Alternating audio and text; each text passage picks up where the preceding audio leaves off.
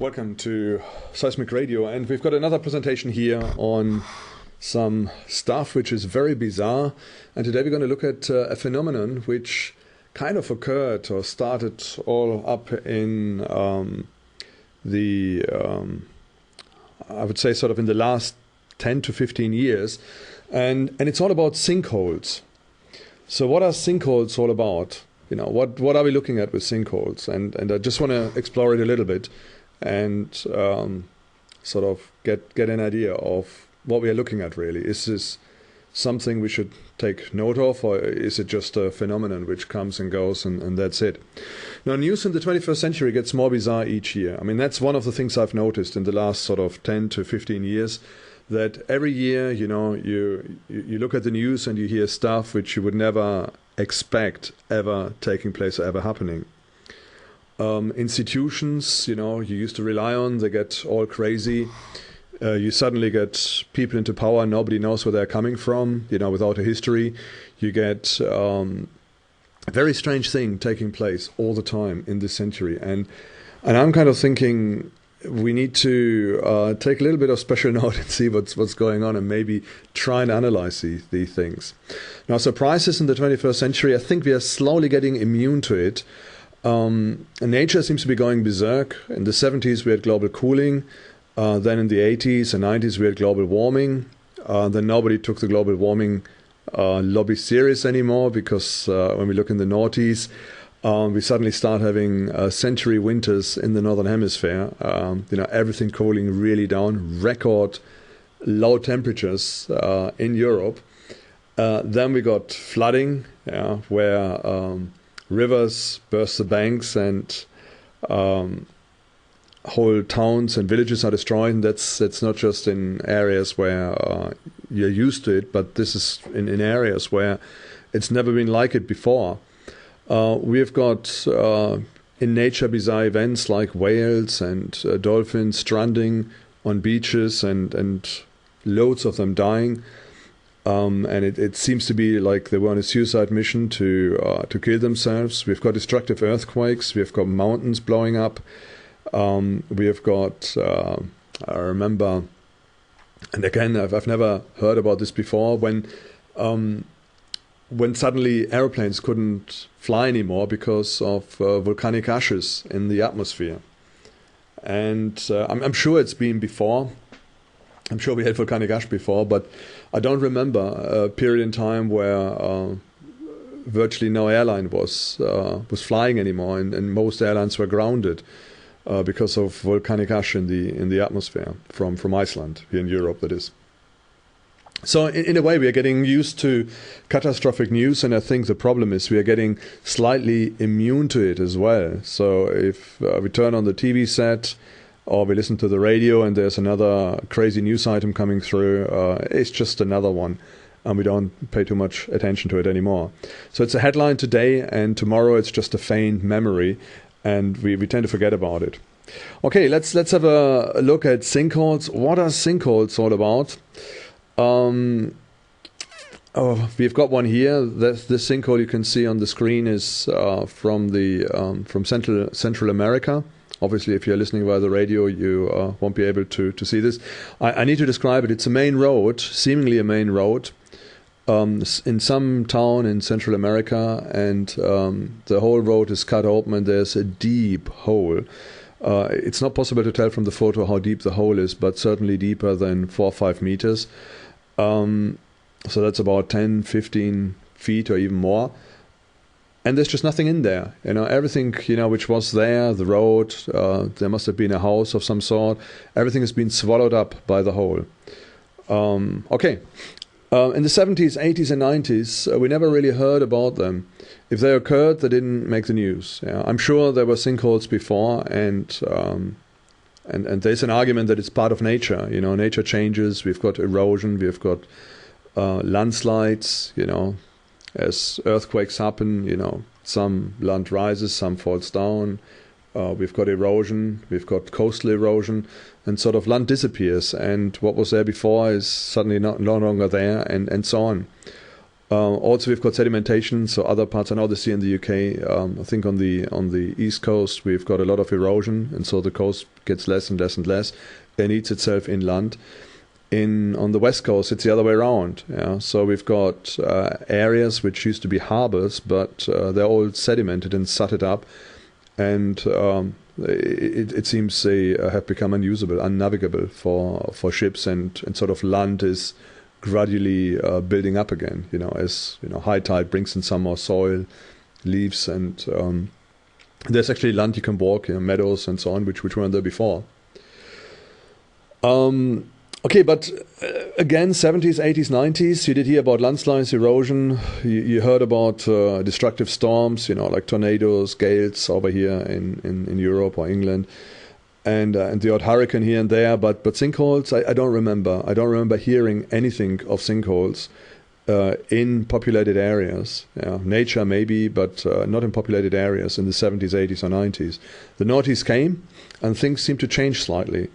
So the new millennium arrived, and despite all the doomsday prophets, Y2K said hello, and then the noughties came and went. And with the noughties, the news on sinkholes came too, but it didn't go away. So we started hearing of sinkholes in sort of around 2000 onwards, but they never really went away. So it wasn't just like a one event where you had some mega catastrophe somewhere, and then that was it. But you heard lots of it, and you heard an awful lot of it. So there was a sinkhole here, another sinkhole there. And then later it became more interesting as well, as people had more CCTV cameras, and you could actually monitor how suddenly sinkholes occurred. I remember watching one film where somebody had a car showroom with, I think it was a museum. It was a museum of vintage cars. And a sinkhole opened up overnight. So when the security guard came back in the morning, opened up, he saw that quite a few cars disappeared, and that there was a big hole where they used to be. And when they looked on the CCTV footage, you could actually see how the ground opened up, and these expensive vintage cars were just swallowed up by this hole and disappeared in the hole. Okay. So we've got some sinkholes. Some are really, really small, and they are not really that big. And other sinkholes, so they are just a few meters across, but and then maybe a couple of meters deep. But then we've got other sinkholes as well, like the one you've seen before, which are 20, 30, 40, 50 meters across. And they're quite deep as well. Yeah? So some of them are going right down to 10, 15, 20, 30 meters. So it becomes quite scary at times with these holes. The big question is, what are they? Are they nature's revenge on man's meddling with nature? Okay, so we are doing a lot of stuff. We've looked at rivers and we straightened them up, so to make them more navigable. We were extracting water from rivers. We started mining. We built a lot of tunnels through mountains. Lots of other stuff as well. So there's been a lot of human intervention or human action with nature, where we try to control nature. And then the big question is, and maybe some agnostics would say, oh yes, it must be nature. Nature is taking revenge on man because we are doing stuff which we shouldn't be doing, and now we have to pay the bill for that. The next question, of course, is from a spiritual point of view: is it judgment of God to a people who have rejected Him? Is there any scriptural basis for making this statement? If we suddenly all turn around, we fear God, we seek to live a good life, pleasing to God, would these sinkholes and other phenomena which we find in the world, would they stop? It's a question. Is it a sign of the end times approaching? There are a lot of prophecies about the end times and about the earth going crazy, about earthquakes and other things which are leading up to the end times. And this is just one part of it, where everything culminates and we get more and more signs pointing towards the return of the Lord Jesus Christ. So it's a big question, and we need to ask ourselves this question, and I'm going to look at it now. We've got a sinkhole here, which seemingly appeared overnight somewhere in Russia and Siberia. I mean, nobody really knows because it's in a remote region, nobody lives there. So somebody saw it from a plane, they flew over it, and they thought, what's happening here? There used to be a mountain, now there's just this big hole in the ground. And then we've got a closer picture as well from people who go right to the edge of it and try and research to see what's going on there. So that's in Siberia, that's in Russia. Let's have a look. In the last 200 years, man has been doing a lot of stuff underneath the ground and above the ground, affecting the ground we stand on an unprecedented scale. So man has been doing a lot of activities. So one obvious activity is mining. So we've been mining for lead, for coal, for steel, for minerals, like salt or other minerals. And we left big holes in the ground. Sometimes they were filled up with, simply water, seeping into it. Sometimes we just left them, We were done with the mining, we left them, and a little bit later the ground caves in and we get a hole, a sinkhole, just above it, or the landscape is changing. When I was talking to people who have been sort of mining in the Ruhrgebiet in Germany, and they were telling me a little bit of what they were doing and what they were getting up to, they actually said that there were big parts of the landscape which had actually sunk down. So it's not just one tiny sinkhole here and there, but it's like a whole landscape which suddenly fell down. And some people were telling me they could see beyond a certain point, and now they can't do it anymore, which suggests that like a whole town has gradually, sunk down a little bit, a few meters or so. I'm not quite sure how sure it is, whether it's just a miner's tale or whatever, but I can relate to it. If you mine underneath an area and eventually the shaft comes to a collapse, that the ground above will cave in and it'll lower down. We've been building sewer systems below the surface. We've been redirecting rivers, which can be a problem as well. So certain areas which used to be moist and made up of the water table, they might dry out and the water table might lower itself down, which might create an empty space, and the pressure from the soil above would potentially cause it to cave in. We've been building subterranean buildings such as bunkers, tunnels, and lots of other stuff. So if you go to Berlin, for example, there's like a whole world underneath the ground, which is not part of a sewer system, but there were little building projects which were started in the 40s and then not really finished, and they were forgotten about later on. I understand that in Paris it's quite interesting as well. They had like something similar. In Rome you've got the catacombs, where they buried people under the ground. So there's been a lot of stuff going on under the ground, and we are not necessarily aware of it because we're just sort of traveling above, building roads and so on, and we don't realize that maybe 10, 20 meters below there's a big cavity which was built possibly 100, 200, 300, 400 years ago for one reason or another. And we are just building on top of it, and then eventually with the pressure or the added pressure, the structure or the ground just gives in. So there's human activity which can cause sinkholes. That's the point I'm trying to make here. We are drilling for water, oil, gas, lots of other stuff. And then the other fallacy we used to do in the 50s and 60s and 70s were subterranean nuclear explosions. So the Soviets and the Americans, they tried to, and I think the French as well, they tried to analyze what would happen with a nuclear explosion. It was also a demonstration of strength. Instead of blowing it up above the Earth, they drilled holes in the Earth, and they were then measuring the impact it had to try and contain the radioactivity and also the impact below the Earth. Really, what it's doing is quite horrendous. What was happening there, but anyway, it did happen. And this might shake the Earth up a bit, and wherever this happened might have an impact a lot further away from where the explosion actually took place. And a lot more. I mean, one thing is certain, we've been doing a lot of stuff below the ground, and some sinkholes can certainly be explained as a direct result of human activity. The Earth below the surface got washed away or moved or something else, leaving a hole behind. Here's another sinkhole. I think that's one from Latin America.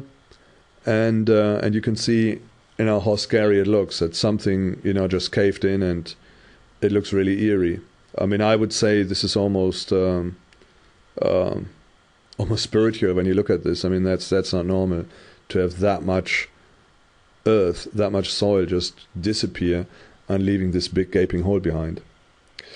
Okay, what is the science behind this? What is the science behind sinkholes? And we've got a couple of ideas here. I mean, one idea is when you look at this image here. So I'm looking at an image for our radio listeners where you get a typical sinkhole. It looks at the soil below, and the suggestion is that there are a lot of empty spaces within the soil below. If you go to certain parts of the country in England, you can actually, it's actually true, you can you've got this nice landscape, and then when you go underneath, there are actually caves all over the place, and you can enter at certain points cave systems, and you've got like another world below the ground, just made up of caves. Now the stone is quite stable, and so there's not much movement, but there are a lot of cavities below the ground, and if any of these cavities obviously were to cave in due to water erosion or subterranean rivers flowing through this area, then the ground above would give in as well and possibly generate a huge big hole. I've never been in these cavities here in England. A friend of mine has, and he told me that you go into some areas, so you're lowered down with a rope, and you go down 20, 30 meters or something. He said it's really, really scary because you know that out of your own steam you will never be able to get out here. So if somebody forgets about you, you're kind of stuck down there. And obviously it's very, very dark once you're down there. But he says you enter rooms which are just like as big as a cathedral. Yeah. So they are empty spaces just as big as a cathedral. And you can imagine if the ground above this cathedral caves in, and there might just be about 4 or 5 meters of soil above that, you would suddenly have a sinkhole which goes 40, 50 meters deep, which naturally would be very, very scary. But it's just the way the landscape has been made up. Okay, so we've got these cavities in the ground. Some of the cavities cave in, and then obviously the ground above falls into this cavity, and we end up with a big hole. What would happen? You can see this on this diagram here. Sometimes we just get a pond, so the hole fills up with water, and all we see is something like a lake or a pond, and little duckies on the pond, and it looks all tranquil and beautiful. But the reality is that something has happened below the earth, and the ground is caved in. I've seen one place in South Dakota, and there was a huge lake, and I'm not quite sure what's happened there. The story I was told is it used to be a big field, and farmers were using it, and one year they had a lot of rain, and then this huge area filled up with water, and suddenly there was a lake, and the lake never went away. Suggestion can be made, maybe the ground has given in. One thing I've noticed at that part in South Dakota, that it seems that the ground is moving all the time. You can see sort of evidence of some sort of erosion of soil sort of breaking off and the landscape changing slightly. So I'm not sure whether it's got anything to do with that, so it would just be speculating.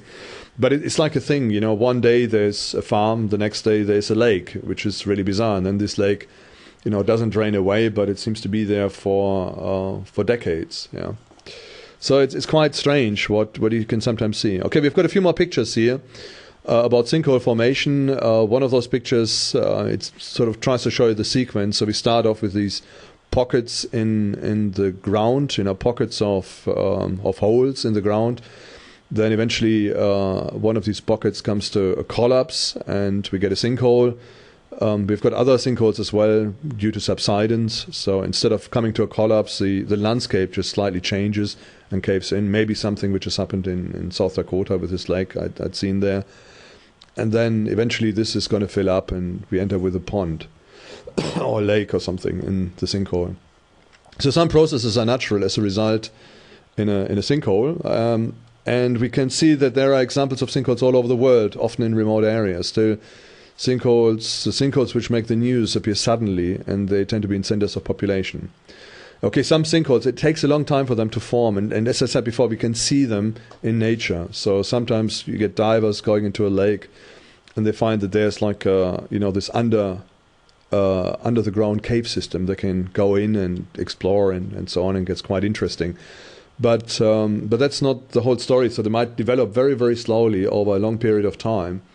And the landscape changes, maybe similar to South Dakota, lots of rain, the land sunk down, fills up with water. The water can't escape anywhere, and suddenly you've got a lake where you never had a lake before.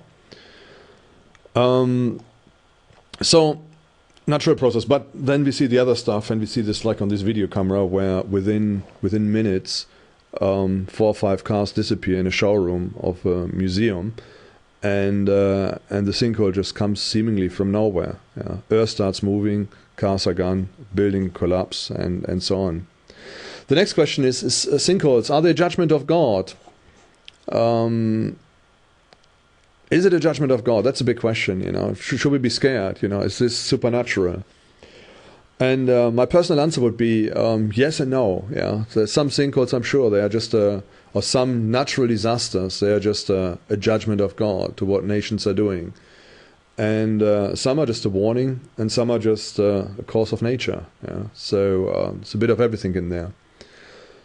Some of them are just stupidity. I mean, sometimes we build houses on ground which is not stable, and we should never build houses there. And I remember there was, here in Yorkshire, we've got a lot of mining going on, and it is assumed, the mining stopped sometime in the 80s, it is assumed that the ground is settled, and that there are no more ground movements taking place. And there are sort of little bits of evidence all over.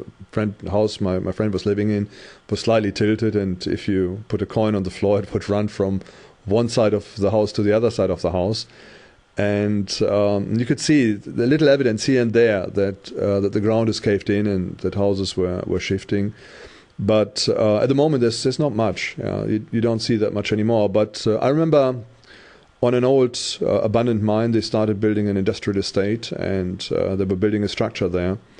And they actually started testing for one day. So they had not explosions, but some sort of hammering system. And they were looking at the vibration going through the ground to see, probably get an idea of how solid the ground is and whether they can actually build on this ground, or they would have to do something, maybe stronger foundations or something to build a structure. Unfortunately, this is very often it's not done. So people, they, in an effort of greed sometimes, they open up land for building structures which isn't really suitable for it. So structures are built, and then suddenly ground movement starts, and we see that those structures get destroyed.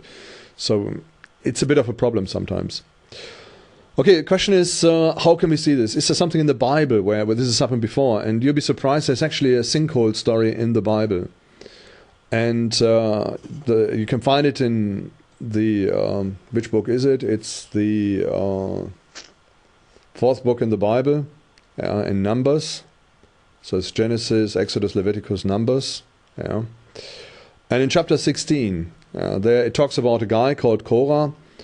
And he was a bit of a rebel. He didn't like Moses, and he thought, what Moses had done, taking the Israelites out of Egypt, was really not called for, because now they were in this desert, and everything was pretty rough, they felt, and they didn't really want Moses anymore. So they decided, who is Moses anyway?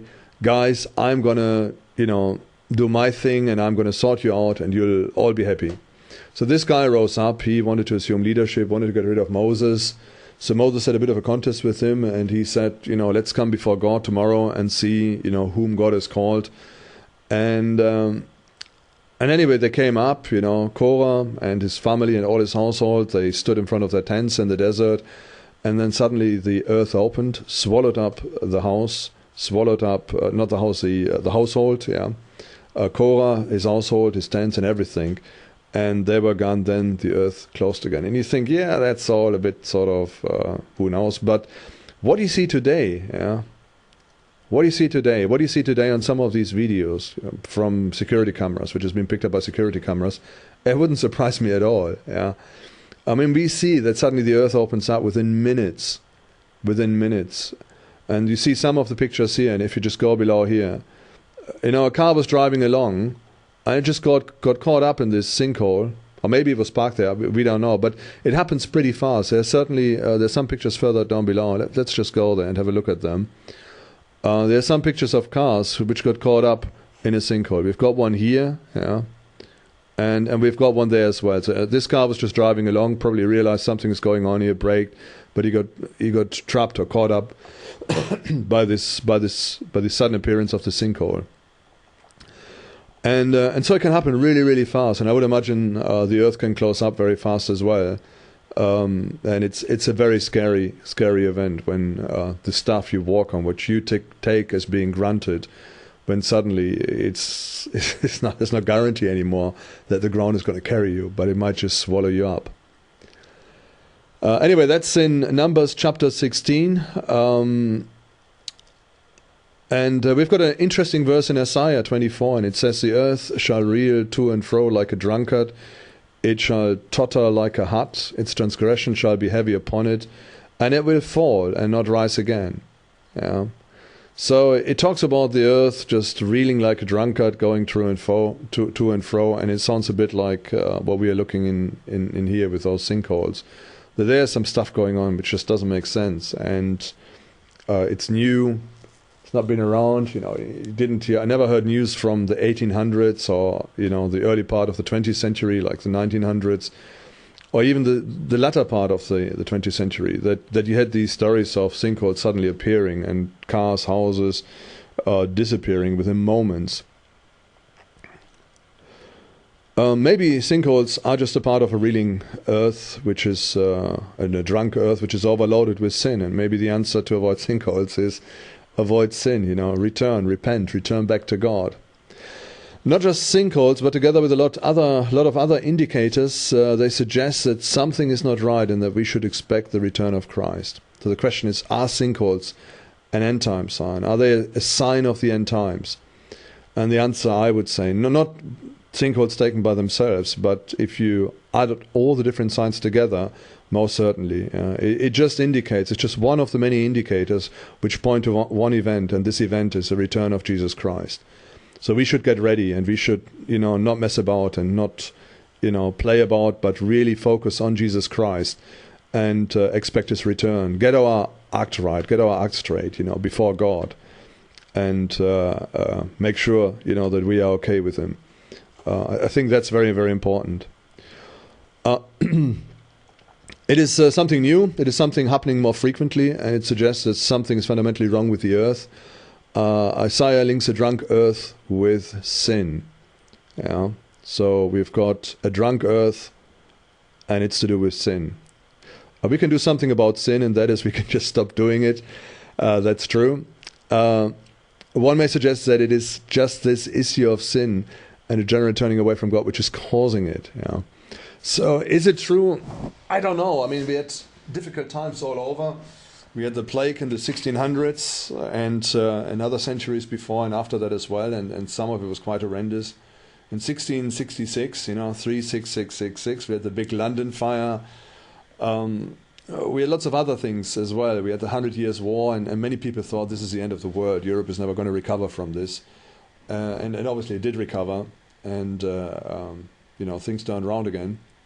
We've got a couple of pictures of sinkholes as well. So it's not just really in America and in the third world, but in Britain as well. So some people wake up in the morning and they find that their front garden is gone, and instead they've got a big fat hole where the front garden used to be. And you can see, I think it's the same as here. If you follow the mouse, you can see how this hole has been spreading, and it's becoming bigger day by day. Again, you see the sinkhole in Latin America, and you can see right into it. And I don't know how deep it is. It looks horrendously deep. We've got other sinkholes as well where cars just disappear. So they might have been parked up, they might have been driving, I don't know. But again, how scary is that? You drive along, suddenly you lose the control, and you end up in some sort of sinkhole, and you need to try to get out of it as fast as you can. There as well in the middle of the road, just a almost perfect circle of a hole just there. The road surface is eaten up, and there's a big sinkhole there. We've got some fields as well. I mean, this is just, I'm not sure, it looks like England to me. And it looks like they're just sinkholes in a field. I've heard at the moment there's a big problem in the Dead Sea as well in Israel. But again, this might be a man-made issue. There are a lot of sinkholes, and there are areas of the Dead Sea or of the coastline of the Dead Sea which are very unsafe because of sinkholes appearing all over the place. Now, a problem they have there is they extract a lot of water from the Jordan. The Jordan doesn't feed as much water into the Dead Sea, which means the Dead Sea is shrinking. And as a result of a shrinking Dead Sea, we find that the ground, which used to be saturated with water and is now dry, starts caving in, and there are sinkholes and all sorts of weird things appearing all over the place. Again, maybe not necessarily a sign of the times. This is something which is to be expected in the Dead Sea or around the Dead Sea, as it's not fed with water anymore, or sufficient water. So there's more water evaporating than water that's getting into it. But it's interesting as well. It's all over the world where you see this phenomenon. If I sort of ask around, I was just on, asking people about, whether they've had sinkholes in the area. It's interesting as well. It's amazing how many people you hear who talk about, we had one there, it was just a tiny sinkhole, and they filled it back in again, and everything was okay. And they seem to be all over the place. I didn't know until the noughties, I think, what a sinkhole was. I thought a sinkhole is a little hole in the sink where you do your washing up in, and you put the little plunger in there, the little what do you call it, the little lid to stop the water from flowing out of the sink. That's a sinkhole, but not something which swallows up cars and houses and all sorts of other stuff disappear in them, and they're just there. Okay, I'm just going to summarize. Sinkholes, it's something which is relatively new, turned up in the 21st century, I think, most of them. I'm sure they were there before, but they never really made the news, and you never really heard about them. Suddenly you get stories which are quite scary. The big question is it an issue of nature, which some of it I'm sure it is? Is it judgment of God? Again, I'm very sure that it is judgment of God. We've got a precedence in the Bible that a sinkhole was used to swallow up rebellious somebody who was opposing God. Is it a sign of the end times approaching? And the answer is most certainly it is. It's one, not the sign, but it's one of many indicators that Jesus is coming back soon. And I'm not date setting or anything like that. I'm just saying, something is getting wrong with the earth. The earth is in turmoil. It's reeling like a drunkard. Paul talks about the birth pangs of the earth, and it's certainly something like that. Something is going on here, and it's not healthy. And holes suddenly appearing in the middle of nowhere, or out of nowhere, in the middle of cities, towns, and so on, I'm sure it's not good. It's a very scary experience. So may I wish you to stay away from sinkholes and to be fortunate enough not to get caught up with one. My encouragement to you is sort of looking at sinkholes. The good news is, if you are a Christian, our Lord is coming back soon to take us home. This world is a pretty rotten place. Sinkholes is just one example of the issues we are facing in this world. And anyway, we are looking forward to a world without sinkholes, that's for sure. But a world that is perfect, made for us. If you do not know Jesus Christ, I encourage you to really reach out to him. Jesus has come on earth to die for your sins. He took up the punishment upon himself you deserve, to deal with the problem of sin in your life. And you can accept it or you can reject it. If you accept it, and if you say, Jesus, I believe that you came for me, and I don't want to do sin, I don't want to live a way which is not right before God. I want to live the way God wants me to live. I want to love my God. I want to be with my God. And I want to be accepted by God as well. The answer is Jesus Christ. He said of himself that there's no way to God except through him. That's what Jesus said. So if you are Muslim, if you are a nominal Christian, who hasn't got a personal relationship with Jesus Christ, I encourage you to really reach out to Jesus and to give your life to him, and to make a full thing with Jesus, and you will enter into a relationship with God, with the real God.